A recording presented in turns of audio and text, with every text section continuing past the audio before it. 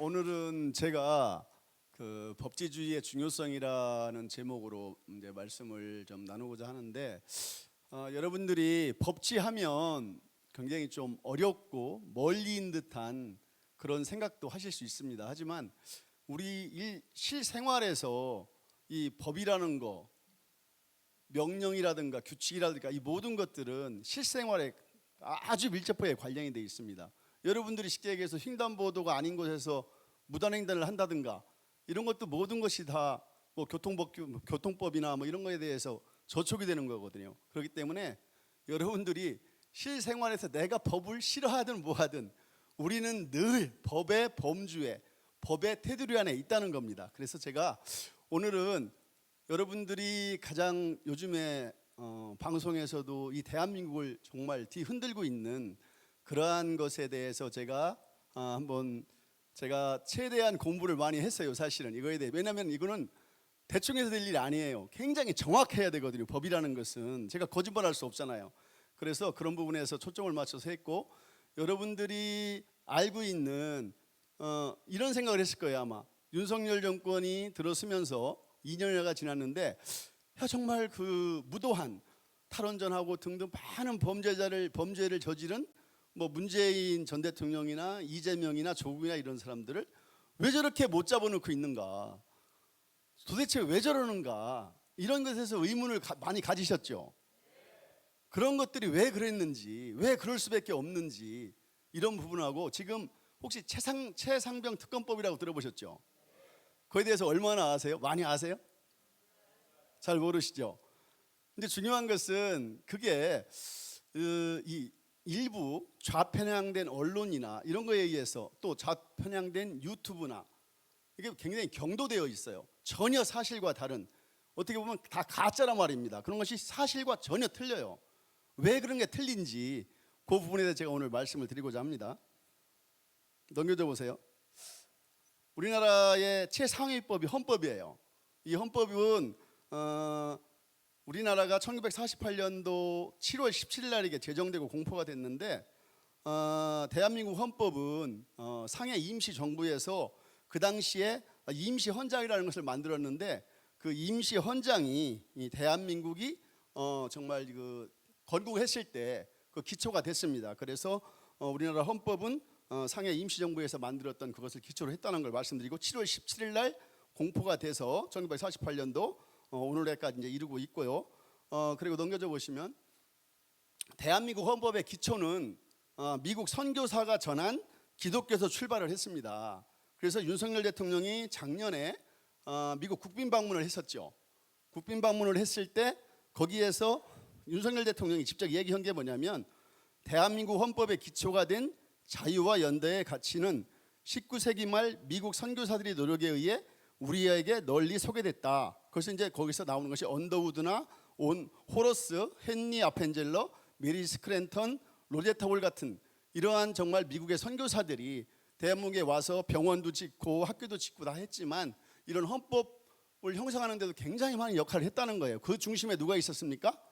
이승만 대통령이 있었던 겁니다. 그래서 이승만 대통령은 미국에서 공부도 했고, 또 더군다나 이 선교사들로부터 많은 영향을 받았기 때문에 자유민주주의를 쉽게 건국을 할 때 이러한 것을 기초로 해서 헌법을 만들었다는 겁니다. 그럼에도 불구하고 좀 안타까운 게 있어요. 이렇게 많이 기독교가 대한민국의 건국이나 헌법이나 엄청나게 이런 역할을 했는데, 교과서에는 그런 내용이 단 한 줄도 없어요. 이 기독교가 대한민국에 미친 영향들이 너무나 많고, 오늘날 우리가 잘 먹고 잘 사는 것이 다 기독교 선교사님들, 이승만 대통령 이런 건데, 전혀 이거에 대해서 언급이 없다는 겁니다. 그러면 결국은 그런 것들을 올바로 교과서에 넣기 위해서는 어떻게 돼요? 올바른 사람들, 올바른 정치인을 뽑아야 되는 거예요. 그래서 정말 그 당시에 이렇게 대한민국이 건국이 되면서 이러한 헌법이 이제 제정이 됐는데, 넘겨져 보시면 대한민국 헌법은 있잖아요. 제1조가 대한민국은 민주공화국이다. 대한민국의 주권은 국민에게 있고 모든 권력은 국민으로부터 나온다. 이렇게 얘기하고 있어요. 그래서 이 헌법, 법, 우리가 원시시대 때는 어때요? 법이 없을 때는 힘세고 싸움 잘하는 사람이 모든 걸 다 가졌잖아요. 지금도 여러분들이 그런 시대에 살고 있다면 여러분들이 누구를 얼마나 이겨서 내가 얼마나 많이 뺏을 수 있겠어요? 불가능한 일이잖아요. 그렇잖아요. 그렇기 때문에 대한민국은 자유민주주의 국가고 법에 의해서 헌법, 법률, 그 다음에 명령이 있고 조례가 있고 규칙이 있어요. 그러면 이것에 이제 상위법, 하위법을 우리가 얘기하는 거 복잡하니까 그건 이제 자세히 모르셔도 되지만 어쨌든 간에 그런 체계를 통해서 헌법이 최상위법이라는 것이고 헌법 1조에는 1조 1항에는 이렇게 돼 있다는 것이고 결국 자유민주주의를 떠받치는 근간은 법치주의라는 거예요. 그래서 법에 의해서만 제대로 법대로만 한다고 하면 대한민국은 아무 문제가 없어요. 그런데 이상한 법을 제정하고 교묘하게 그것을 가짜뉴스로 거짓으로 그것을 만들기 때문에 문제가 되는 겁니다. 그래서 제가 이거 헌법 제8조 사항을 제가 넣어놓은 이유가 있는데 사항에 뭐라고 되어 있냐면 정당의 목적이나 활동이 민주적 기본 질서에 위배될 때에는 정부는 헌법재판소에 그 해산을 제소할 수 있고 정당은 헌법재판소의 심판에 의해서 해산된다. 그전에 통진당 기억하시죠? 통진당이 해산됐죠. 그러면은 지금 현재 야당이 저렇게 폭주를 하고 말도 안 되는 것을 계속 하는데 그렇다고 해서 의석수가 많지도 않아 우리가. 그러니까 막을 수가 없어. 아무리 해도 막을 수가 없어요. 법으로는 막을 수가 없어. 그러면 결국은 이 사조에 의해서 뭔가를 해야 되는데 이 사조에 의해서 뭘 하겠다는 사람도 사실은 지금은 아직은 없어요. 국민의힘이나 어디도. 그래서 제가 통진당에 해산한 걸 기억이 나기 때문에 제가 이 항을 제 마음속으로 그냥 이것을 한번 생각해보고 넣어놓은 거예요. 무슨 뜻인지 이해하시죠? 넘겨줘 보세요. 그래서 이 헌법에는 대한민국은 상권이 분리가 되어 있어요. 상권 분립인데 입법부가 있고 입법부 국회를 얘기합니다. 그리고 행정부, 정부, 현재 이제 대통령이 최고 위에 있는 것이죠. 그리고 사법부가 있어요. 그럼 이들에 의해서 각자가 상권이라는 거, 이 세 축을 해서 대한민국이 유지가 되고 발전이 되는 거예요. 그런데 이것이 상권 분립이라는 기본적인 게 지금 깨지고 있는 거예요. 최근에 이제 무슨 일이 있냐면 좀 이따 자세히 나오겠지만 검사를 탄핵해, 판사를 탄핵해, 방통위원장을 탄핵해, 대통령을 탄핵해, 장관을 탄핵해. 그러면 탄핵이라 하면 정말 그만한 법률적 위반 사항이 있어야 될 거잖아요. 그런데 전혀 그거와 관계없이 어차피 6개월 후면 다시 돌아와. 그 사람이 지금까지 탄핵된 사람이 한 명도 없습니다. 검사도 마찬가지고 그다음에 이제 누구죠? 이상민 행안부 장관도 돌아왔죠. 뭐냐? 직무가 정지되는 거예요. 돌아오는 6개월 동안 아무것도 할 수 없어. 결국은 저들이 이걸 노리는 거예요.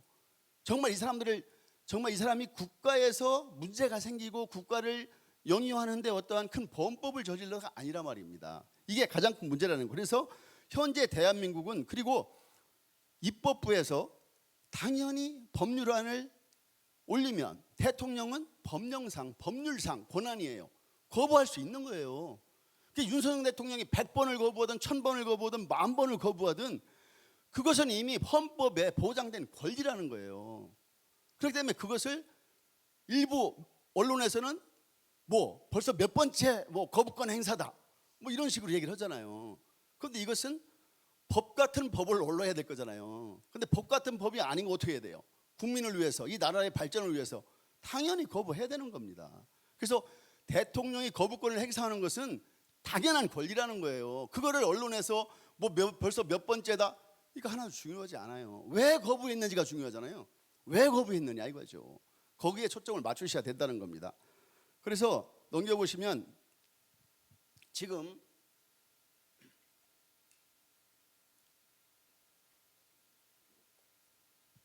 윤석열 대통령 탄핵소추안 즉각 발의 요청에 관한 청원이 지금 국회에 올라와 있는데 이게 2024년 6월 24일에서 7월 20일까지인데 이 기준이 6월 20일인가 본데 57만 명이 윤석열 대통령을 탄핵해야 된다고 얘기하고 있어요. 지금 왜 이런 일이 발생을 해요? 여기 200만까지 갈 겁니다. 최소한. 왜?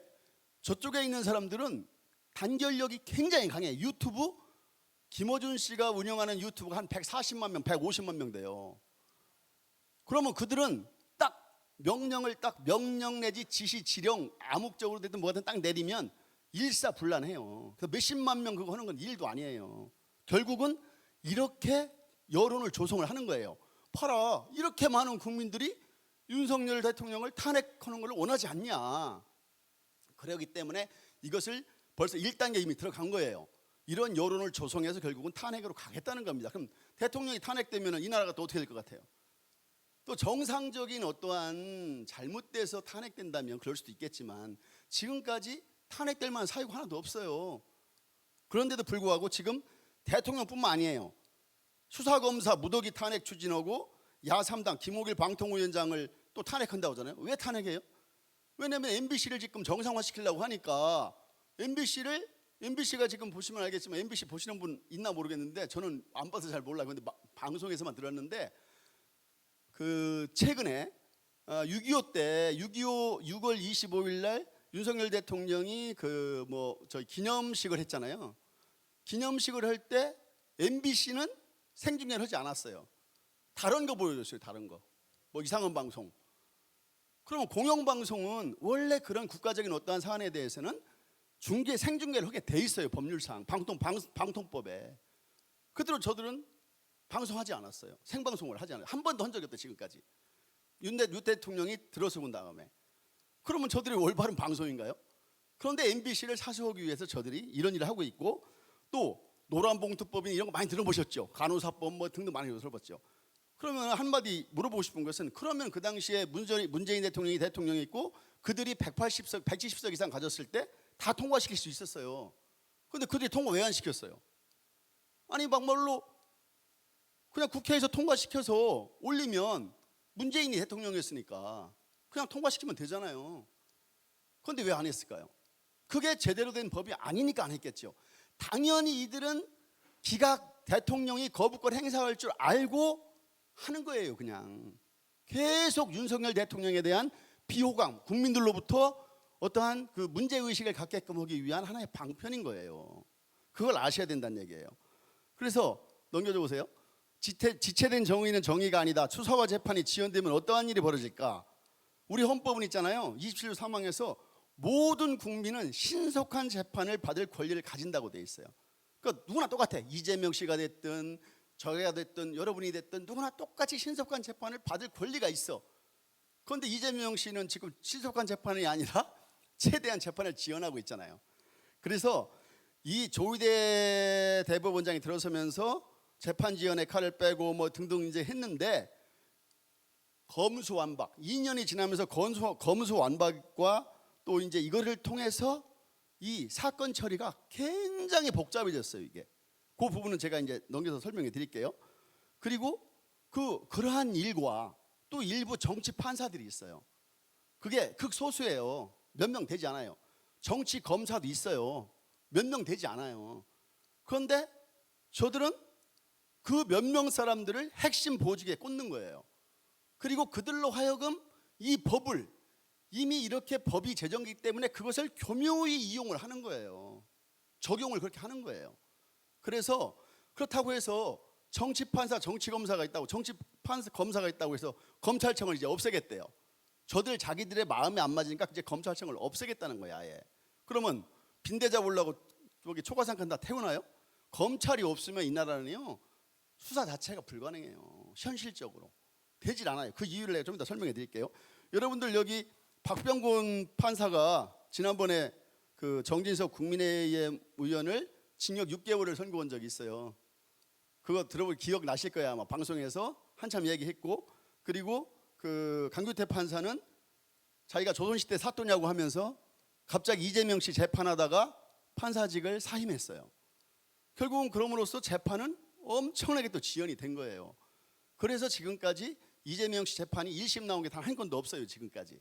올해 9월 달에 나온다고 좀 얘기는 있지만 그것도 이제 두고 봐야 된 겁니다. 그래서 여러분들 기억나시는지 모르겠는데 송철호 울산시장 선거 개입 사건 아시죠? 황운하 몇 년 받았어요. 그런데 지금 그 사람 뭐 하고 있어요? 국회의원이잖아요. 이게 사법 정의가 지체돼서 그런 거예요. 그리고 윤미향 씨 아시죠? 조국, 최강욱, 김정수, 김혜경, 이재명 다 아시죠? 조국이 지금 어떻게 됐습니까? 징역 2심에서까지 2년 받았으면 저건 일반인들을 떠나서 지금까지 관례가 무조건 법정 구속이었었어요. 1심까지는 봐줘요. 왜? 방어권을 보장한다고 해서. 근데 2심까지는 끝나면 대법원은 사실심이 아니야. 법률심이야. 그게 무슨 얘기냐면 이미 법률적인 실질적인 건 다 따졌어. 그냥 이게 법 적용이 잘못됐냐 잘 됐냐만 따지기 때문에 변론도 안 하고요. 출석도 안 해요. 대법원은.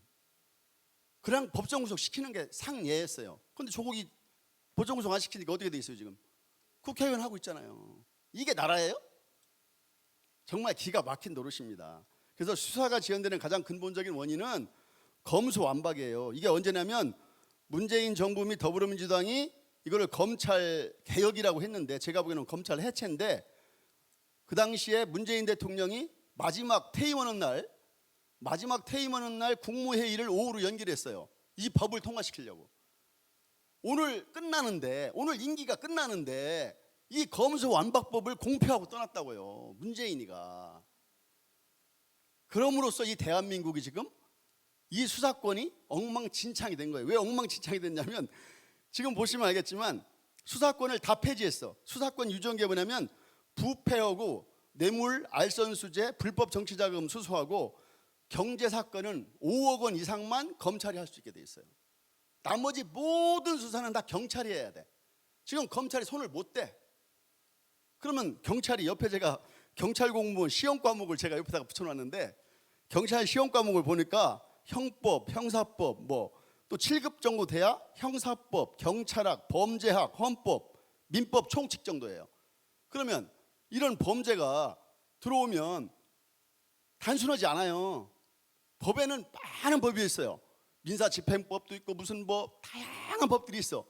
그런데 경찰관이 공부를 할 때 이렇게 공부하는데 법을 제대로 집행할 수 있어요? 모르는데 어떻게 집행을 해요? 모르잖아요. 자기가 법을 전공한 적도 없고 시험을 보기 위해서 어떠한 것을 열심히 공부한 적도 없어. 그럼 어떻게 그거를 수사를 해요? 이게 가장 근본적인 이유예요. 그럼 경찰관 한 명이 경찰관을 가면 그런 일이 있으신지 모르겠는데 경찰관 가면 조금 변호사나 법을 조금 아는 사람들은 경찰관을 가리켜야 돼요. 이 법은 이렇고 이 법은 이렇기 때문에 이 법은 이렇다. 저도 최근에 얼마 전에 경찰에 가서 제가 물어봤어요. 그 사건의 가장 핵심이 민사집행법이었었어요. 민사집행법을 알아야 돼. 왜냐면 여기가 경매 넣고 여기 집에 딱지 붙이고 이런 거 아시죠? 그게 민사집행법에 의해서 적용되는 거거든요. 민사집행법을 아느냐고 물어봤더니 모른대요. 그 사람이 수사를 하는 거예요. 그러면 어떻게 되겠어요? 검사들은 공부를 다 그런 법을 하기 때문에 머리도 좋을 뿐 아니라 공부를 하기 때문에 검사들은 그런 부분들을 다 알고 있어요 이미. 그렇기 때문에 옛날에 법이 집행이 빨리빨리 됐던 거예요. 그리고 재판 지연이 이루어지는 가장 근본적인 원인이 뭐냐면 김명수 씨 지금 이제 안 보이시죠? 김명수가 누군지 아시죠? 전 대법원장인데 이 대법원장이 고등법원 부장판사 승진제를 폐지를 했어요. 그 법원장 후보 추천제를 도입했는데 이게 무슨 얘기냐면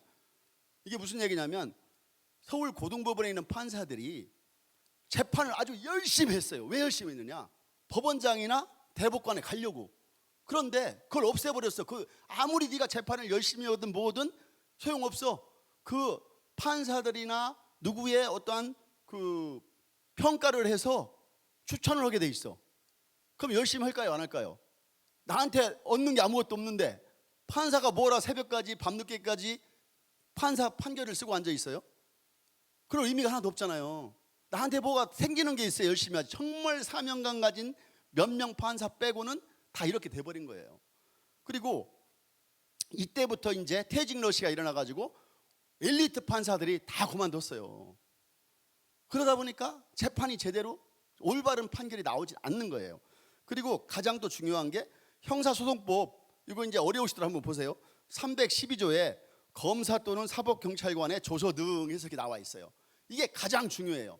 뭐냐면 옛날에는 우리가 이제 검찰에서 만약에 조사를 문제가 있어서 조사를 받으러 가면 거기에서 다 조사한 다음에 사인하고 내 도장 뜯든 지장을 찍든 해요. 그러면 그게 검찰에서 한 신문 조서예요. 그러면 그 신문 조서가 옛날에는 재판에 넘기면 판사가 이거는 이미 확정적으로 끝난 거야 이미 요 사실관계는. 그런데 지금 어떻게 바뀌었는지 아세요? 여기다가 공판 준비, 공판기에 그 피의자였던 피고인이었던 변호인이 그 내용을 인정할 때만 한정해서 증거로 쓴다고 바꿔놔버렸어요. 문재인이가 2020년 2월 4일 날 문재인 정부 때. 이게 무슨 얘기냐면 내가 다 사인했어. 근데 법정에 가서 야 나 그거 증거 안 쓸래 하면 새로운 증인들을 다 해야 돼. 그 당시에 했던 참고인이 됐던 누구든 그러면 지금 최근에 이재명이 그 재판에 증인이 몇백 명이다 이런 얘기 들어보셨죠? 그러니까 검찰에서 이미 조사를 다 한 거예요. 다 끝난 거야 이미. 그런데 그거를 증거로 인정을 안 해. 그러면 다 다시 해야 돼. 그럼 시간이 걸려요 안 걸려요? 안 해도 될 일을 지금 하고 있다니까요. 그래서 있는 돈 있고 쉽게 얘기해서 법을 좀 아는 사람들은 재판을 지연하기가 너무 쉬운 거예요 지금. 증인 우리 다 인정 못해. 증인 100명 조사한 사람들 다 증인 불러. 판사한테 이렇게 요청을 하면 판사는 부를 수밖에 없는 거예요. 이렇게 지금 돼 있어요 대한민국 이 법률 자체가. 그러니까 잡아놓고 싶어도 이재명 같은 사람은 완전히 법꾸라지 아니에요. 다 법을 요리조리 빠져나가잖아요. 그러니까 쉽게 못 잡아놓는 거예요 지금. 이게 굉장히 영향이 커요. 312조 1항이 굉장히 중요하다고 말씀을 드리는 거예요. 그래서 넘겨보시면 검사는 대부분 이러죠. 검찰 독재라는 말 많이 들으셨죠? 검찰 독재라고 하잖아요. 조국이도 마찬가지고 맨날 검찰을 때려 패야 돼, 때려 부숴야 될 적으로 생각을 해. 그런데 중요한 것은 조국이 판결 2년 때린 게 누구예요? 판사가 한 거잖아요. 검찰이 한 게 아니잖아요. 재판에 해부됐잖아. 그러면 판사를 요구해야 될 거 아니에요? 판사 요구 안 해요. 왜? 많이 때릴까 봐. 더 많이 때릴까 봐 판사 요구 못 했어요. 그런데 최근에 이화영 재판에서 9년 6개월 받았죠. 그러니까 이재명이가 지금 어떻게 나와요? 판사까지 지금 쉽게 얘기해서 탄핵한다고 얘기하고 있는 거예요. 그래서 여러분들이 이런 부분에서 잘 모르시는 부분이더라. 많이 모르시잖아 사실은.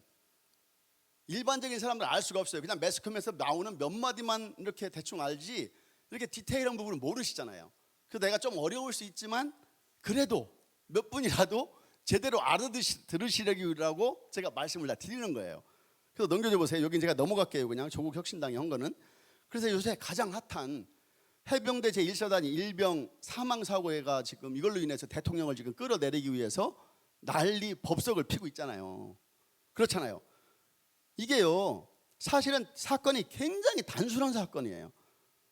작년에 폭우가 기록적이었어요. 그 경북 예천이 어마어마한 비가 와가지고 수재 이재민도 엄청나게 나왔고 사망이 15명 있고 아직도 2명은 찾지도 못했어요. 실종이 2명이야 지금 현재까지도. 그 이재민들 지금 아직도 집에 못 들어가고 거기 보호소에 있어요 지금도. 그래서 실종되니까 대통령 입장에서는 최대한 모든 걸 동원해서 빨리 실종자를 좀 찾아라 했을 거잖아요. 당연히 국무총리도 그러면 빨리빨리 해가지고 가용자원 최대한 어디가 됐든 해서 빨리 좀 찾아. 당연히 이게 정상적인 국가 시스템이란 말이에요.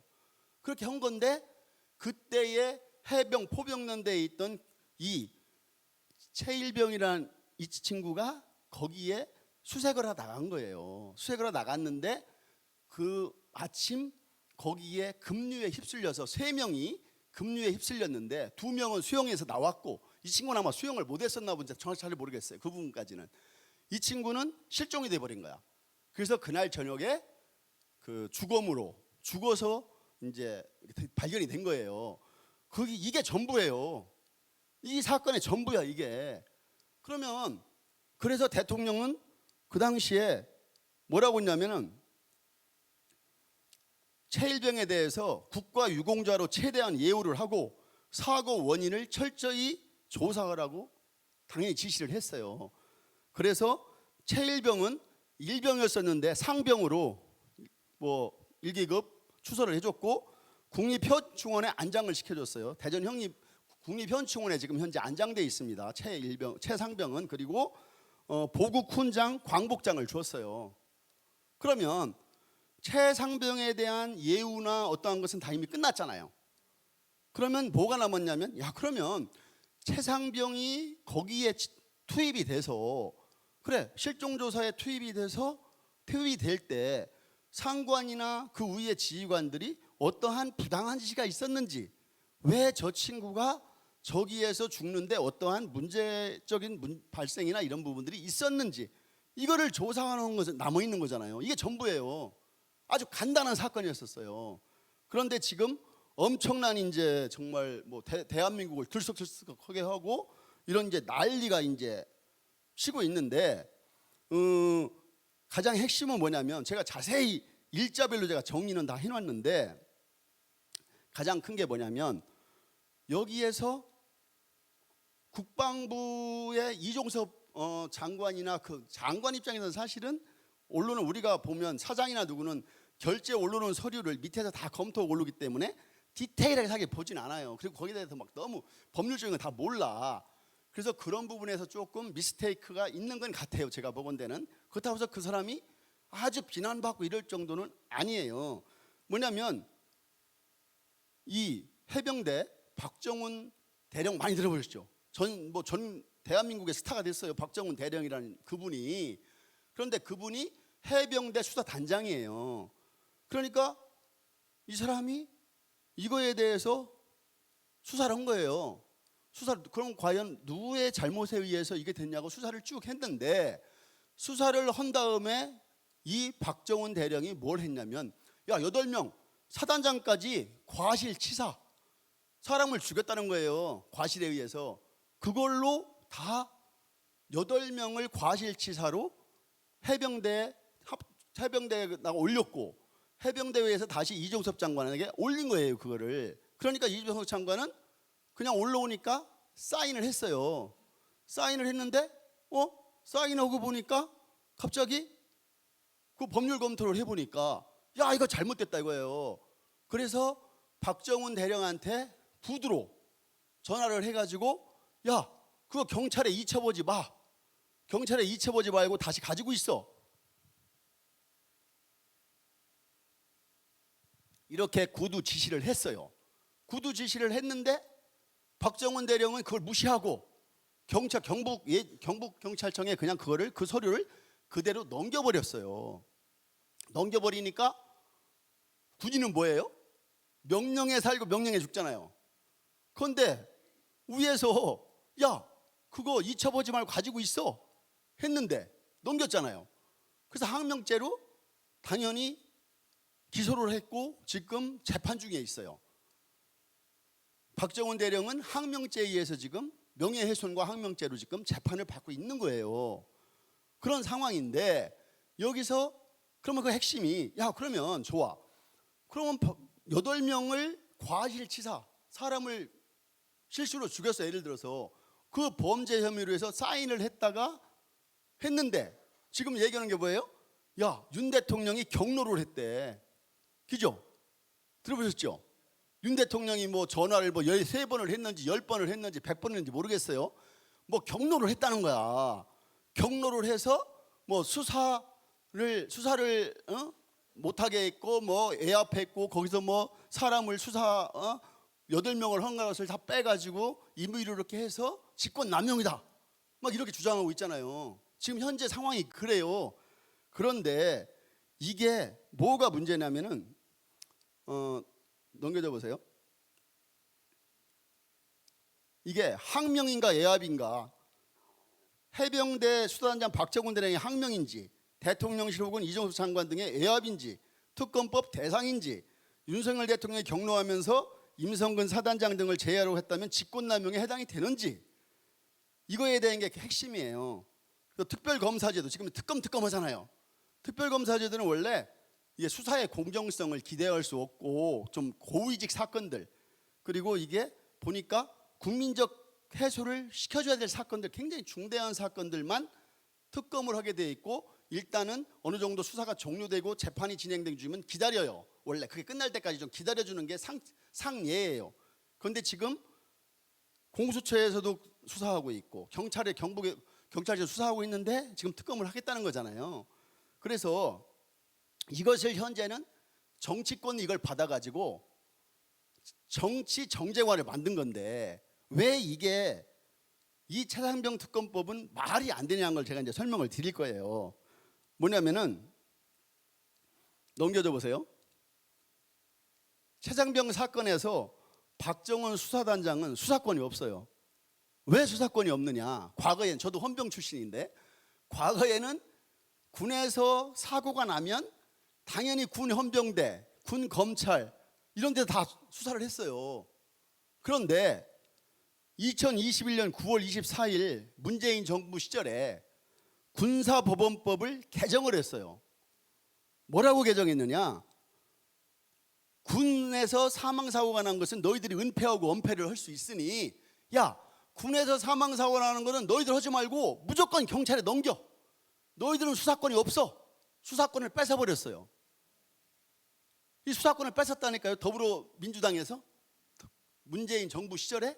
그러면 수사권을 뺏었으면 무슨 얘기예요? 수사권은 누구한테 있어요? 경찰에 있잖아요. 박정원 대령한테 없어요. 그러면은 윤석열 대통령이 소리를 질렀던 불러가지고 속된 말로 조인트를 깎은 그렇잖아요. 이게 수사권이 없는데 직권남용이 되느냐? 안 된단 말이에요. 하나도 수사권이 없잖아요. 그럼 내가 이제 군사법원법에 제가 하나 읽어드릴게요. 뭐라고 돼 있냐면 2조 3항에 보면 군 검사와 군 사법경찰관은 286조에 불구하고 범죄를 수사하는 과정에서 재판권이 군사법원에 있지 아니한 범죄를 인지한 경우 그 사건을 대검찰청, 고위공직범죄수사처, 경찰청 또는 해양경찰서에 이첩하여야 한다. 여기다 보면은 군검사 또는 군경찰관은 법원이 재판권을 갖는 범죄에 대해서 발견하는 즉시 범죄를 인지한 경우에는 넘기라고 돼 있어요. 전시 빼고는. 전쟁 중에는 이게 안 넘겨도 되는데 평상시에는 군 사망 사고는 무조건 경찰에 넘기게 돼 있어요. 그럼 넘겨줘 보세요. 그러면 지금 저들이 특검을 통해서 밝히려는 게 뭐냐면 윤석열 대통령이나 이종섭 장관이 외압을 행사했느냐, 또 한 가지는 직권남용에 따른 권리 행사 방해죄냐, 직권을 가지고 있는 직권을 남용했냐 이거란 말입니다. 그런데 윤 대통령의 직권이 있는 경우요, 그 두 가지가 있어요. 윤석열 대통령은 국군 통수권자잖아요. 국군 통수권자면은 권한이 전 있다고 봐요. 왜냐면 국군 통수권자니까 군의 최고 위에잖아요. 계엄령까지 선포할 수 있는 게 대통령이잖아요. 그러면 국군 통수권자로서 국방부 장관에게 전화를 해서 호통을 쳤든 경로를 했든 사단장을 제라고 했든 아무 문제가 안 돼요. 왜 안 되느냐? 해병대 수사단에는 수사권이 없어요. 만약에 경찰청에 전화해서 뭐 아니면 여기 경북 경찰청장한테 전화해서 야, 이번에 그거 수사 넘어간 거 있잖아, 그거 다 빼고 그거 아무리 그 끝에서만 한두 명 그냥 처벌하고 끝내, 이랬다면 직권남용이 되고 권리행사 방해가 되는 거예요. 그런데 박정훈 대령한테는 지들이 수사권 뺏어갔잖아. 수사 권한이 없어. 그렇기 때문에 직권남용이 성립할 수가 없어요. 두 번째, 윤 대통령의 직권이 없는 경우, 직권이 없어. 그럼 직권이 없는 것은 당연히 직권남용이 안 되는 거예요. 왜? 양승태 대법원장 아시죠? 이분이 뭐 그때 뭐 저기 위안부 문제니 또 뭐가 있죠? 또 무슨 뭐 저기 상소법원을 만드니 등등 여러 가지 일로 판사들한테 전화했다고 해가지고 70개 혐의로, 직권남용 등 70개 혐의로 재판을 받았어요. 다 문제 나왔어요. 직권이 없다는 거야. 판사들은 각 개인이 다 내가 재판 권한을 가지고 있지 대법원장이 가지고 있지 않다고 해서 무죄가 나온 거예요. 그럼 무슨 얘기예요 지금? 윤 대통령에게 직권이 없어. 그러면 직권이 없으므로 직권남용이 되지 않는 거예요. 그렇기 때문에 이것은 특검을 하던 뭐 별의별 걸 다 해도 결국 마지막에는 용두사미로 끝나게 돼 있어요. 그런데 특검을 하면은 지금 100여 명의 수사관을 투입한대요. 수십억을 드리겠다는 얘기예요. 그런 짓을 할 수가, 결국은 저는 이렇게 생각을 하는 거예요. 최상병 이 사건을, 그러니까 국민적 감정, 사람이 죽었잖아. 그 죽은 것에만 포커스를 맞춰가지고 막 그 감정들을, 그 부모 입장, 군대를 보낸 그 부모의 감정을 자꾸 자극하는 거예요. 그럼 그렇게 해결할 문제냐 이게? 법리적으로 해결해야 되잖아요. 그러면 윤석열 대통령이나 이종섭 법무부 장관이 한 것이 헌법과 법률에 따라서 이게 잘못된 거냐 잘된 것만 따지면 되는 거잖아요. 그리고 현재 공수처에서 수사를 하고 있잖아요. 공수처에 수사하고 있고 경북경찰청에서 사건에 대한 수사하고 있고 공수처에서 지금 직권남용 수사하고 있어요. 그럼 기다리면 돼요. 그거 결과를 보고 해도 돼. 늦지 않아. 그런데 지금 저 난리를 치고 있는 거예요. 그러니까 최상병 특검법은 법리적으로 자체가 성립하지 않는다는 거예요. 한번 주변의 사람들한테 똑똑한 사람, 변호사 누구 있으면 물어보세요. 제가 오늘 강의한 거 보여주고 한번 물어보세요. 제 말이 틀린지 맞는지. 그래서 여러분들이 넘겨줘 보세요. 내가 빨리빨리 할게요. 시간이 이렇게 빨리 갔네. 그래서 이게 재밌는 게 있어서 내가 올렸는데, 누가 이걸 올려놨더라고. 이재병의 그 범죄를 신체별로 다 했더라고. 주의 코나 이 백현동, 등 뒤로 백현동, 뭐 발끝까지 꼼꼼하게 손 안에 법인카드, 아주 재밌게 이거를 묘사해 놨어요. 이 범죄 행위를 다. 그래서 내가 이거 여러분들한테 보여주려고 하는데, 소화불량 위례 신도시래. 그러니까 다양하게 이 범죄 행위들을 아주 신체에 비유해서 머리 두산그룹 아시죠? 두산에 특혜줘가지고 병원 부지를 상업 부지를 해줘가지고 어마어마한 건물 1조짜리 만들어준 거. 그러니까 이게 다양하게 해놨더라고. 그래서 내가 재밌어가지고 이제 올린 건데, 결국은 이렇게 방탄하고 표적 수사하고 하는 것이, 윤 대통령 탄핵 추진하는 것이 결국은 이재명의 방탄을 통해서, 제 생각이에요, 이재명의 수사 및 재판을 최대한 지연해서 확정 판결되기 전에 대통령에 당선되겠다는 게 아닌가 하는 그런 생각이 제 생각이에요. 여러분들 생각 어떠세요? 이거밖에 없어요. 이거밖에. 이거 아니고는 이렇게 검사, 방통위원장, 뭐 판사 다 탄핵하고 이럴 일이 아니에요. 이거는 유사일에 처음 있는 일이야. 이거 대한민국 유사일에 처음 있는 일이라고. 그 넘겨줘 보세요. 이거는 그 전에 혹시 저희 코로나 아시죠? 코로나 때 제가 직접 겪은 건데, 이게 사실은 교회 폐쇄법으로 이게 작용을 한 거예요. 그 당시 이것 때문에 11,000개 교회가 없어졌다고잖아요. 그런데 이 감염병 예방법에 그걸 개정을 해가지고 흥행, 집회, 제례 또는 그 밖의 여러 사람의 집합을 제한하거나 금지를 할 수 돼 있어요. 구청장이나 우리 그런 사람들이. 그리고 넘겨줘 보세요. 해당 장소의 시설의 폐쇄를 명하거나 3개월 이내에 기간을 정하여 운영의 중단을 명할 수 있고, 운영 중단 명령을 받은 자가 그 운영 중단 기간 중에 운영을 계속한 경우에는 해당 장소의 시설의 폐쇄를 명하여야 한다고 돼 있어요. 그래서 표지판까지 떼게 돼 있어요. 시장, 군수, 구청장이. 그래서 그 당시에 옆에 보세요. 이 사람 여기 이름까지 나와 있어도 모르겠는데, 여기 중앙교회, 경산 중앙교회고 이 교회들이 다 그 당시에 써붙였어요. 우리 교회는 코로나19 확진자가 없지만 보건당국의 정책에 발맞추어 성도와 시민을 보호하기 위해 자발적 그리고 선제적으로 교회 시설을 폐쇄하기로 결정했습니다. 이렇게 써붙였어요. 어떻게 생각하세요? 예? 어떻게 생각하세요? 이게 저기 하나님을, 예수님을 믿는 그런 어떠한 목사님이나 교회 성도들이 할 행동인지는 제가 모르겠어요. 그렇잖아요. 신사참배 하지 말라고 할 때 했던 그거와 뭐 다를지는 제가 모르겠어요. 여러분들 한번 판단에 맡기겠습니다. 하여튼지 이런 법률이나 명령에 의해서 우리가 일상생활에 통제를 받는 거예요. 넘겨줘 보세요. 이건 뭐냐면 중앙방역대책본부라고 돼 있어가지고, 그 당시에 어떻게 문재인이가 탄압을 했냐면요, 여기 밑에 보시면 문자내 8.15 광복절 집회 참석자와 8월 7일에서 8월 13일간 성북 사랑제일교회 방문자, 교인은 가까운 보건소 선별진료소에서 즉시 진단검사 받아주세요. 8.15 성북구 사랑제일교회 방문자는 진단검사라고 자가격리를 시키래. 8.15 광복절 집회 참석자는 진단검사하고 보건교육 및 능동감시를 하래. 그 자택에서 대기하래.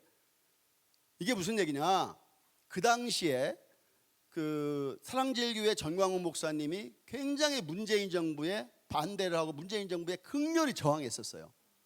그러니까 사랑제일교회를 죽이기 위해서 이 법을, 감염병 예방법이라는 것을 동원을 해가지고 이렇게 탄압을 해서 아예 예배 자체도 못 드리고 교회를 완전히 말살시키려고 했어요. 그래서 아시죠? 수십억의 손해배상 소송이 들어왔던 거 아시죠? 서울 지하철 공사, 뭐 보건, 보건복지부 이런 데서 수십억의 손해배상을 청구했어요. 사랑교회 죽이려고. 그런데 다 무죄 나왔어요. 다 이겼어요. 이런 짓을, 그래서 사실은 저는 시간이 많이 지났지만 이런 부분들도 사실은 진짜 그 당시에 무슨 일이 있었는지 사실 조사해야 돼요. 이런 걸 특검해야 되는 거예요. 사실은 그 코로나 시대에 도대체 무슨 일이 있었는지. 그 당시에 그 전화기 거기서 발신만 된 사람도 전부 다 경찰이 와서 끌어가고 그랬어요. 그게 자유민주주의예요? 자유민주주의에서 있을 수 있는 일이에요? 아니잖아요. 그러니까 여러분들이 법을 알고 명령을 알고 규칙을 알아야 되고 올바른 사람을 쉽게 얘기해서 위정자로, 우리의 무임자로 뽑아야 되는 거예요.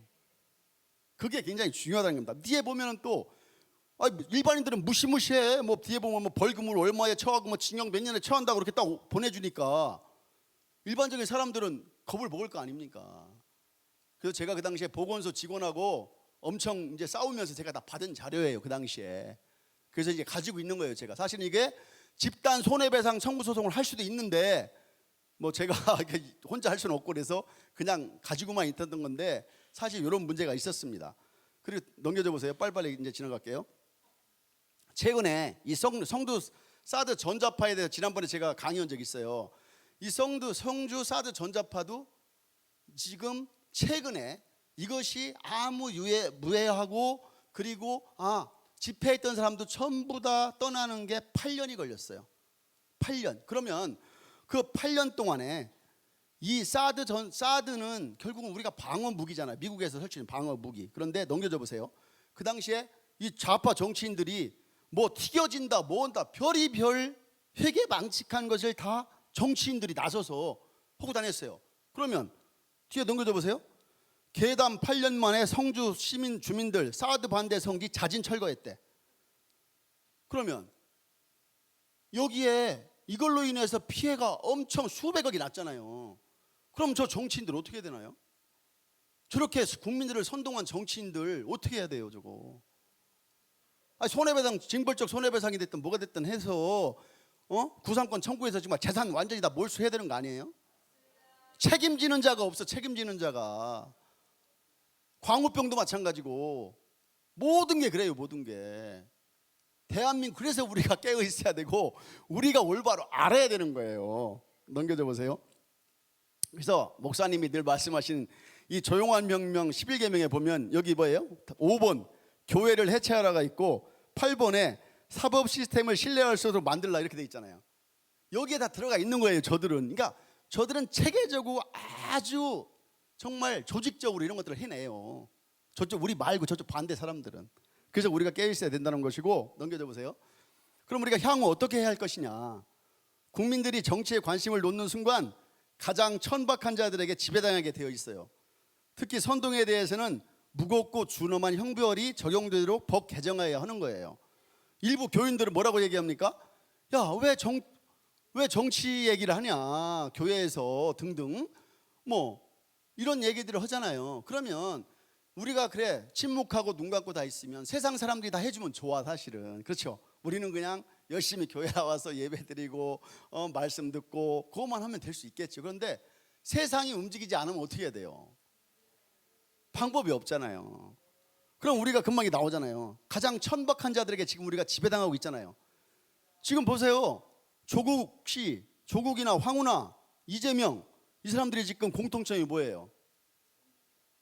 범죄 공동체라고 좀 봐요. 범죄 공동체. 이 범죄 공동체들이 모여서 지금 어떻게 하고 있어요?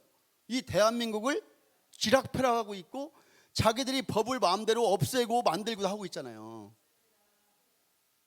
이 도둑놈들한테 강도들한테 쉽게 얘기해서 경찰이나 검찰이 다 무장 해제되고 있는 거예요. 지금 우리가 깨어있지 않으면, 우리가 침묵하고 있으면 대한민국이 정말 저 천박한 자들한테 지배당하는 날이 왔잖아. 지금도. 근데 더 오면 안 돼. 여기에서 끝내야 돼 지금.